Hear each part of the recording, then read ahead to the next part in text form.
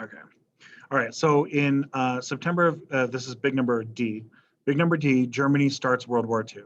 So at this point, Germany has already taken over Austria. It's already taken over part of Czechoslovakia, but it didn't do that through military. It did that through like meddling with the elections and stuff like Yeah. that. But by September of 39, Germany invades Poland. They invade Poland. Hitler fakes an invasion, so they kill some Polish Jews, and then they dress them up in Polish uniforms and leave the bodies on the border. And then Hitler tries to claim that the Poles have invaded Germany, and so he then invades Poland. Mhm. He had previously signed an agreement with the Soviet Union, and so the Soviet Union invades half of Poland here, and Germany invades the other half over here. And they basically just cut Poland in half. Okay, so for D, you put Germany starts the war. Underneath that, you'd say Germany fakes an invasion and invades Poland.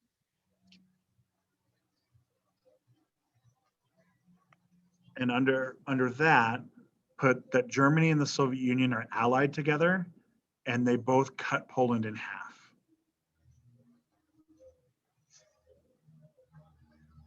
Now, there should be something weird about that alliance, Dan. I thought they hated each other. Yeah, there we go. So let's put underneath that line where you have that they're allied and they cut Poland in half, let's put in here alliance is weak because Germany and Soviet Union hate each other. You're absolutely correct. Yeah, absolutely. Germany and the Soviet Union hate each other, and so their alliance is a really weak alliance. This is going to matter because pretty soon Germany is going to invade the Soviet Union as well. Okay, after Germany invades Poland, England and France declare war on Germany. Okay, but this is in September of 39, and so there isn't any actual real fighting, very little fighting over the winter time, right? So as winter comes, England and France are just getting ready for war, but so is Germany, right? Germany's just building tanks and weapons and bombs and all sorts of stuff, right? And getting ready for the war. The springtime is when the war is actually going to really kick off, right? The wintertime, they're all just kind of building. Okay, so one of the, so next line down, E, let's put the spring of 1940. Spring of 1940, Germany invades, takes over Denmark, Luxembourg, Netherlands, Belgium, Norway, and France. All of these countries here on the slide. Denmark, Luxembourg, Netherlands, Belgium, Norway, and France. Now, it takes over all of these countries In 3 months? in just a couple of months. Yeah. Denmark lasts only like 3 days. Luxembourg lasts 1 day. The Netherlands are able to hold on for like a week. Belgium's able to hold on for like a week, right? And France, big, mighty France with a big army, with a massive army that won World War I, France only holds on for less than 3 weeks. Okay? Germany's going nuts. They're taking over all of this stuff. Now, the reason why they're able to do that is because, and this is a vocab word that you need, the vocab word is blitzkrieg. Blitzkrieg. It's a German word. Have you heard it before? Okay. So blitzkrieg is a German word. Blitz means lightning. Krieg means war. So it's a lightning war. The blitzkrieg is, here's your definition. Blitzkrieg is a very fast-moving attack, that overwhelms the enemy before they have a chance to defend themselves. It's a fast-moving attack that overwhelms the enemy before they have a chance to defend themselves. Underneath that definition, I want you to go one line down and insert it with a bullet point. And we're going to put that the blitzkrieg requires 2 things. So you could put blitzkrieg requires, and then we're going to put 1 and 2 underneath. Are you ready? Okay. So the first thing it requires is a massive air force. Massive air force. This is a huge bombing campaign. Okay, Germany has the largest air force on the planet. In fact, at this point in time, Germany has a larger air force than the Soviet Union plus England plus France plus the United States. Germany has a larger air force than all of them combined. All right, so But they Germany. get on that if they weren't even allowed to make a military or anything like that. Well, they were doing it illegally. They were building it illegally and nobody stopped them. Yeah. That's part of the problem with appeasement, right? Is that nobody stopped them. Yeah. So they have this massive, massive Air Force. And there's people who talk about the Air Force where it like darkens the sky. It looks like it's nighttime. There's so many planes in the sky. Yeah. All right. So that's one, massive Air Force. Number two, a massive force of tanks, fast moving tanks. Now these tanks, German tanks are pretty good. They're not like particularly better than English, French, or Soviet tanks, right? But the difference is that the Germans have like 11 cajillion of them.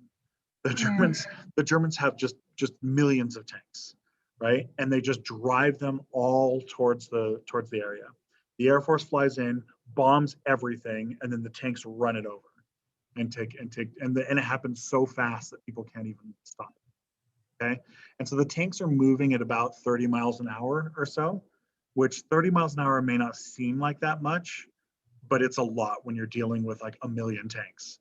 Mm-hmm. Right? And the original tanks were only like 5 miles per hour, weren't they? Right. That's an improvement. Exactly. And World War I tanks sucked. World War I tanks couldn't do anything really, right? But World War II tanks are pretty darn good. And so they're able to just drive, in some cases they're able to like just drive into buildings, collapse the building and keep on driving, right? Yeah. So that's the countries just fall and collapse. Let's deal with France. We're going to keep this in, you have this in E. Yeah, let's keep it in E. Let's move it down here and put the fall of France, because France should stand out to you as a really weird one, right? Like, why did France fall so quick? France is a tough country and it's a big country. Why would it fall so quickly? Okay, part of it is the Blitzkrieg. France wasn't expecting the Blitzkrieg, right? The other part of it is that the Germans pushed through and they got to Paris. And this is going to sound really strange to most Americans, but France refuses to defend Paris. By French law, they're not allowed to defend Paris if defending Paris destroys the city. And this is going to be the most French thing you've ever heard in your life. The French define that the city of Paris itself is a work of art that belongs to all of humanity. Interesting. And so they think that the city itself is so beautiful and so perfect that to destroy it, even defending it, would be a crime against all humanity. And so they would rather let Paris be occupied by another country than to destroy it. Right? It's like the most French thing in the world. Can you ever envision Americans saying that about a city? We're like, New York belongs to the world. We won't. That's a very art student. Yeah, Americans, we'd be like, no, hell no, you don't get New York. We'll nuke New York before we let you have it, right? Yeah. Like, Americans would never do that, right? It's just not a very American way to think. But these are French, right? So what the French do is, as it looks like the Germans are going to win, right? The French, it's starting to look more and more like they're going to win. The French send a message out to the front, to our soldiers, and they say, hold on while we evacuate Paris, right? And the soldiers are like, all right. And then what the French do, the other soldiers in the back, they go through all of the museums of Paris. They take all the works of art, all the sculptures, all the paintings, all the artwork. They load it up onto trucks and they drive it off into the countryside, right? They go and they hide it off in like farms all across France. And so people have it like put into a box and then they bury the box in the back of the farm, right? They just bury it, literally. Like they're burying like 1,000-year-old statues and paintings and all that stuff, because the French are trying to defend the artwork, the cultural heritage of France. They're like, the war is not forever. Eventually the war will be over and we need our artwork back. It's what they're saying, right? And so the French basically evacuate all the money, all the gold, all the artwork, everything that's valuable. They just start evacuating everything. They just split it up around the entire country and just hide it in little farms and houses all over the country, right? They also go to the Eiffel Tower and they disconnect the elevator so the elevator doesn't work anymore. And then they cut all of the stairs. There's like the ladder stairs on the side, they cut them. They like use torches and cut them all down so you can't climb the Eiffel Tower anymore, right? They do this on purpose because Hitler's right here. Hitler gets into Paris and he's always dreamed about occupying Paris. It's like the number one dream he's always had. And he's talked about it over and over again. He's talked about it and he's talked about how he wants to go all the way to the top of the Eiffel Tower and look out upon the new city he's conquered. And when he gets there, the French are like, oh, the elevator is not working. I'm sorry, right? And Hitler's like, oh. He's like, well, climb. And the French are like, oh, we don't have ladders on there. We took the ladders off when we made the elevator, right? and so he can't go up to the Eiffel Tower. So he only gets this picture. Why he looks so is because he doesn't get his picture. Poor Hitler didn't get his picture. Anyway, so Americans always kind of make fun of France for surrendering and make fun of it, but this is why France surrendered. Right? This is why. Okay, let's go to F. Well, no, put this in E. After France falls, Germany invades all of these other countries. They start invading all of these Eastern countries as well. Right? Yeah, they invade all the Eastern countries as well. So Hungary, Yugoslavia, Bulgaria, Romania, Greece, all those countries. They take all of them too. So let's deal with England, right? Let's deal with England. So England's over here, right? It's the island over here. We get the Battle of Britain. The Battle of Britain is basically England like retreating out of, oh, this is your new number. Big number F is the Battle of Britain. So the Battle of Britain is like the largest air battle in world history, basically, right? And it's the British trying to retreat their forces. They had their forces in Belgium and in France, but when Belgium and France both fall, the British are trying to save their men, right? And so they retreat them all. And so the British basically are scrambling as many planes as they can to protect the ship as they evacuate. The Germans are just bombing everything, and this is a devastating battle. They destroy basically the entire British Air Force, and they destroy basically the entire British Navy that's here in England. They destroy all the ships, all the planes, everything, right? Basically. 40,000 people die. But can Germany blitzkrieg England? Because they have a horrible navy, right? Yeah. What do you need in order for your blitzkrieg to work? You need two things, right? What are the two things you need? Massive air force, massive force of tanks. Tanks don't work over water. There you go. Yeah, you've already identified the problem that Hitler never identified himself. Hitler says, he makes an argument to his men that if he just bombs England for long enough, England will just surrender. And his men say England isn't going to surrender unless you occupy the island. Like you have to invade the island, right? You have to drive tanks over London, and it's not going to work. So they end up doing what's called the Blitz. The British call it the Blitz. And the Blitz is basically just a bombing campaign where Germany just bombs England every day or every single night from September of 1940 to May 1941 for about 6 months or so.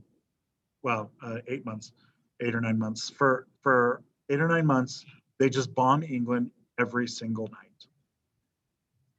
Now, very quickly, the Germans start to do something that no one had ever done. The Germans start to bomb cities. Up until this point in world history, the bombs had always fallen on military targets, right? They had always attacked soldiers or army bases or ships, right? They had never attacked like women and children. They had never attacked cities. And the Germans attack and they bomb London and they start to bomb cities. The Germans think that bombing the cities is going to break the spirit of the Brits, of the British, right? They think that that's going to happen and that the British are just going to surrender. They think that that's going to happen, but in fact, what actually happens is that the British get more and more spirit. They get more and more strength and more courage, right? Because they're like, our enemy is so evil and so bad that they're even bombing our women and children. They're bombing our cities, right? And so we'll be stronger. And so the British move, underground. Like people like move into the underground and they're living in like subway tunnels and stuff, right? Because all the buildings are getting blown up. And so people are living underground. The British start to take all of their children and send their children to the other side of the country, out of the cities. They just load entire trains worth of kids, and the kids are all just wearing like a tag on them that says, Richard Sullivan, he's going to Glasgow, Scotland, 1515 Mockingbird Lane, right? And he just has a little tag on him, and then the train just drives up. And he's like, all right, everyone to Glasgow on, and they all unload and stuff. And so they're just unloading the kids to go hang out in like, old people's homes in like the countryside. Have you ever watched did you ever watch the Chronicles of Narnia, the movie? Literally just like that sounds exactly like the intro to Narnia. It is the intro to Narnia. Yep. It is the intro to Narnia as the kids are being sent up, right? The old movie Bedknobs and Broomsticks is also same intro, right? So cool. You're sending those kids up. Yep. That's where it comes from, right? Okay. Let's go to our next big number. Our next big number, and then this will probably be our last one, but it's a pretty big one. Wait, how did the bombing of England affect affect like their economy and stuff? Like people can't keep their jobs if their jobs like Yeah, so the economy is destroyed, right? England's economy is basically destroyed, and England can't really build any stuff, right? They can't build new planes, they can't build new ships, they can't build new stuff because they're getting bombed every day. Yeah. So at this point, they're getting all their stuff from the United States, right? We have the Lend-Lease program still. And so the United States is making planes, flying the planes over to England and then leaving them there, right? And so that's what the British are using to go fight the Germans. The British are also building stuff in Canada and bringing it over and building stuff in Australia. The thing about England is that England has that massive empire still, right? When you fight England, you're not just fighting England. You're fighting England plus Canada and Australia and South Africa and Nigeria and Sudan and New Zealand and India, right? Like England is going to be fine, but for a period of a couple of years here, England basically is just like being bombed every day, and like that's the only thing they can do is they're just holding on, right? So it's a period of time where they're basically stuck. They can't do anything. So let's go to G. G, is that the next one, right? Mm-hmm. Okay. G is going to be Hitler's biggest blunder of all time, the invasion of the Soviet Union. Hitler decides to invade the Soviet Union. Now, the Soviet Union had been his ally up until this point, right? Had been his ally up until this point, and Joseph Stalin is ruling the Soviet Union, but Hitler hates Russians. He hates them, right? Hitler makes speeches all the time, and he talks about it all the time, that he thinks Slavic people, Slavs, right? Russians are Slavs, S-L-A-V, Slav. He says that Slavs are not human, that they're subhuman, that they're animals, right? And he talks about them being like animals that walk like man, right? And he says that the Slavs need to be exterminated, that they are polluting the human race, and that they need to be wiped off the planet. He talks about this all the time, right? He has like the lowest people in the world are like Jews, the next lowest are Slavs, the next lowest are all non-white people, right? And he has it going up here where on the top is like perfect white, blonde hair, blue-eyed, white German people, right? They're the perfect people is on the top. And he's constantly dissing on the Soviet Union. Hitler decides to invade, and that invasion is called Operation Barbarossa. Operation Barbarossa. And you could put Operation Barbarossa, and then the definition is the invasion of the Soviet Union, Germany's invasion of the Soviet Union. Hitler describes to his generals, he says that the Soviet Union looks like a mighty castle, but in fact, it is a termite-ridden shack. and all I have to do is kick in the front door and the entire building will collapse. It's a metaphor he's using for the Soviet Union, and he's saying that the Soviet Union is weak and that he thinks he can just kick it down and it's going to collapse, right? Hitler's generals do not agree. Hitler's generals are like, the Soviet Union's way tougher than you think it is. It's also way bigger and it has way more people, right? The Germans are like, we can definitely beat the Soviet Union, but we need to like plan this out better, right? So underneath here, what I want you to do is I want you to put reasons why this was a giant mistake for Hitler. And then we're going to make a bullet point list underneath there. Reasons why this was a giant mistake. This goes down in history as like one of the worst mistakes in all of history. Okay. Reason number one, Hitler thinks that England is going to surrender. They don't, right? So he's only using half of his air force to invade the Soviet Union, because the other half is bombing England every night, right? So he's only going to use half his air force. Now, this is going to cause our problem, right? What do you need for a blitzkrieg to work? Your full force of air force. You need a massive air force and you need massive tanks, right? Well, if you're only bringing half your planes, then they're only going to be half as effective, right? Okay, so that's problem number one. Problem number two, the Soviet Union is larger than German supply chains. The German tanks run out of gas. They're driving so far that they run out of gas and the gas trucks can't keep up. So Hitler gets to this point where the tanks are driving across so much land that they all just run out of gas. And then they're all just sitting there waiting for gas to be delivered. Real problem, huh? Right? Problem number three. Germany's factories are all making weapons, which means they can't make things like coats and boots.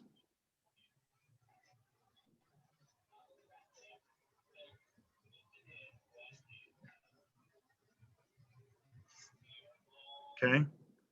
Which is, I think, leading up to I think what you are going to recognize to be the worst problem here pretty soon. Okay, we'll save that one for last. Next one, Hitler believes that the Soviet Union won't have any allies. He thinks that England and the United States and any other country, they hate the Soviet Union so much that they won't ally with them. He's wrong. The day he invades the Soviet Union, England declares an alliance with Stalin. So he's wrong about that. Okay, and the United States, doing its Lend-Lease, now is giving weapons to the Soviets too. And Hitler can't stop the US. He can't stop us because we're not flying over Europe. We're flying over the North Pole. Right? You think of the globe, right? Why would we fly all the way around Europe when we could just go over the pole and drop stuff off? Right? And Germany's not on the North Pole. The only thing up there is Canada, right? Canada and Russia, right? We just fly over, drop it off, fly back home. Fly over, drop it off, fly back home. Drop off a crate full of, big old giant crate full of guns and bullets and stuff, right? And we just push it out of the back of the plane with a parachute on it and we just leave, right? We get to a point where the United States is going to provide about 3/4 of all the equipment the Soviet Union uses. 3/4 of their weapons.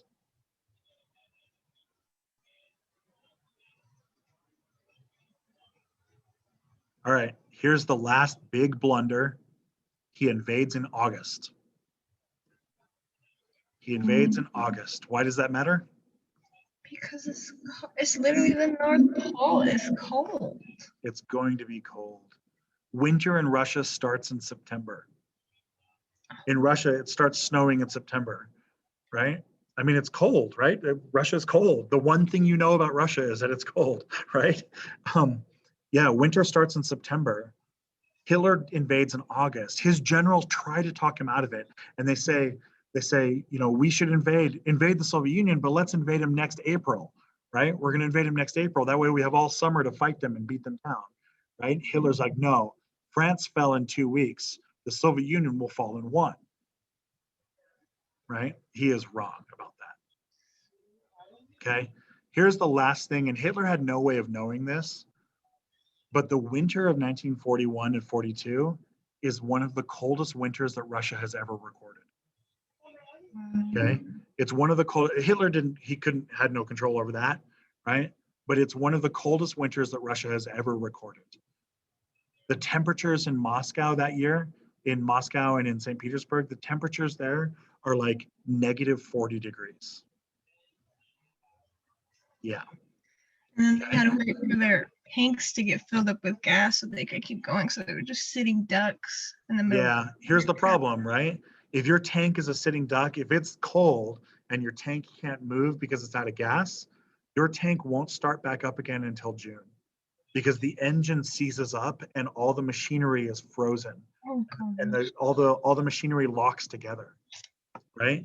The Russian army today, even today, the Russian army keeps their tanks and trucks on the entire season. Like you turn your truck on in November and you leave it on until May, right? And it's on 24 hours a day, the entire time. Like you fill it up with gas while it's on. Because if you ever let it get cold, you're never going to turn it back on again, right? Well, the Germans don't have a choice. They're running out of gas, right? The Germans also didn't build coats and boots and gloves, right? So the Germans are invading Russia without a winter coat, without winter boots, without mittens or gloves, without winter hats, right? The Russians for a while there, the Russians are kind of like, we don't really need to do anything. We'll just let the winter kill you. Like, you know, because the Russians are like, and people would go to the Russians and they would say, aren't you cold? And the Soviets are like, yeah, I'm cold. Hell yeah, I'm cold. I'm really cold, but you're colder because I have a coat on. That's what it comes down to. That being said, Germany does invade all the way this far into the Soviet Union. Oh. All of this, okay?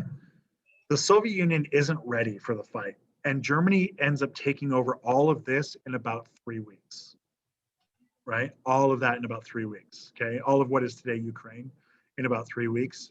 And they just run over the Soviets. They kill tons and tons of people in this initial invasion because the Soviets just aren't ready, okay?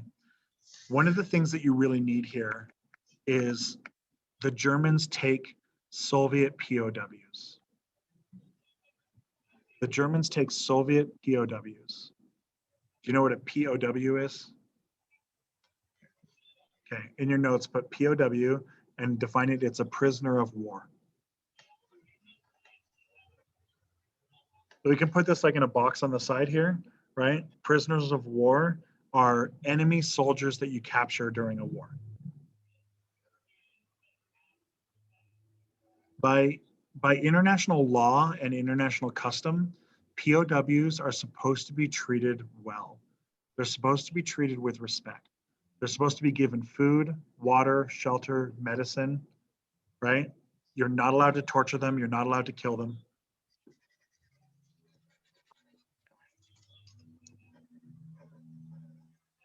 Why should the United States treat Nazis well? Why don't we just kill the Nazis we capture? Why not just kill them? Because then we'd have bad relations with Germany and it could start more conflict. We're already at war. I mean, how much worse can it be? It's already the worst, right? When the United States captures German soldiers, we actually load them up on boats and we take them back to the United States and we put them in giant POW camps in Texas and Florida and stuff, right? We put big giant camps. We have like tens of thousands of German soldiers in these camps in the United States. And then after the war, we give them all back to Germany. We give them back, right? Why would the United States agree to do that? Maybe in turn to get our soldiers back. Yeah. So put this in that little box on the side where you're defining this about POWs, right? Countries agree to treat POWs well because they want their POWs to be treated well, right? Americans treat German soldiers well because we want Germany to treat our soldiers well. We want them to come home at the end.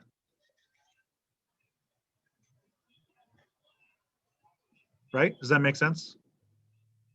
And this is still true today, right? When the United States went to war with Iraq, we captured Iraqi soldiers and we held them in POW camps. And at the end of the Iraq war, we gave them back, right?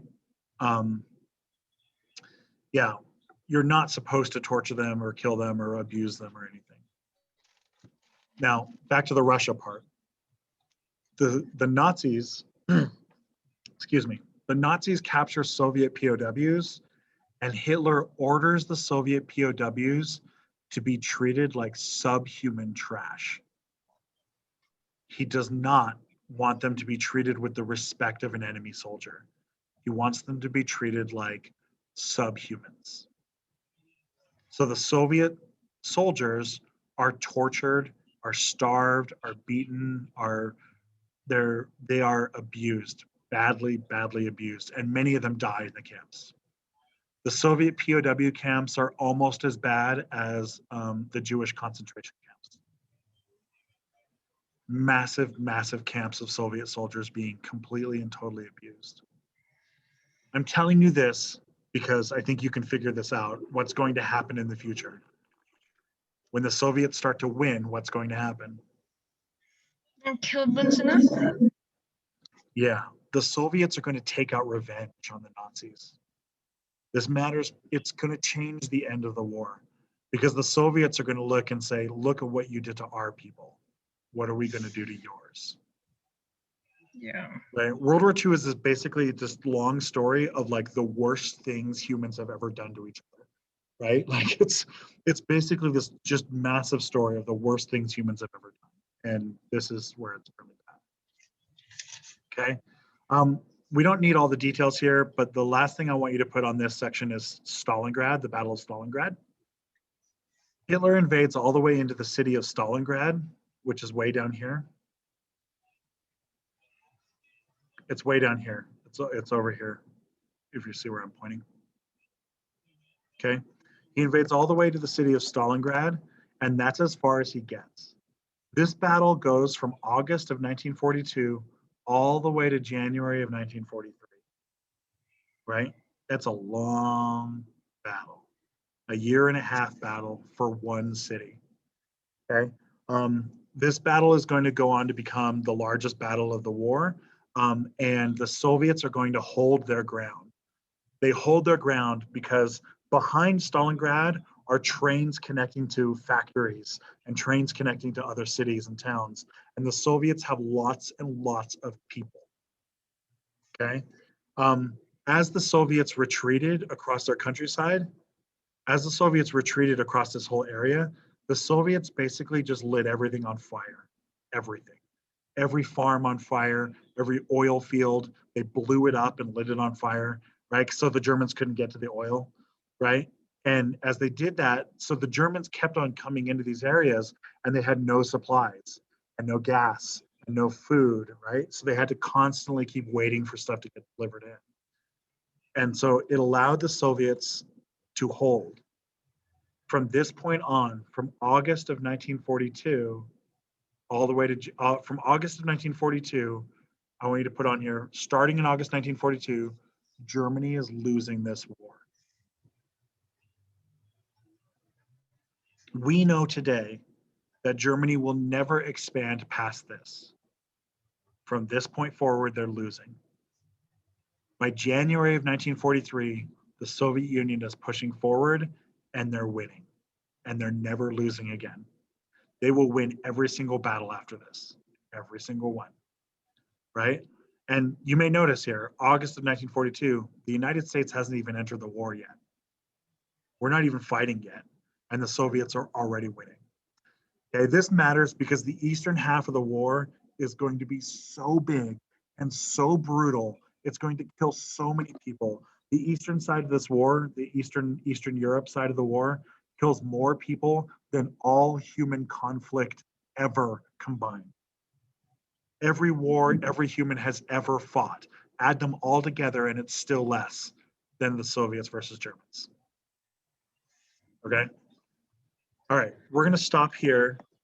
The rest of the stuff, you don't really need this stuff. This is when I teach AP European history, but it's a US history class, so we don't really need this stuff. But we're going to pick it up with Pearl Harbor on the next class. So we're going to bring the US into the war. Okay? Very nice. So that's a good place to stop. Dan, do you have any questions or anything before I let you go? No, not really. Okay.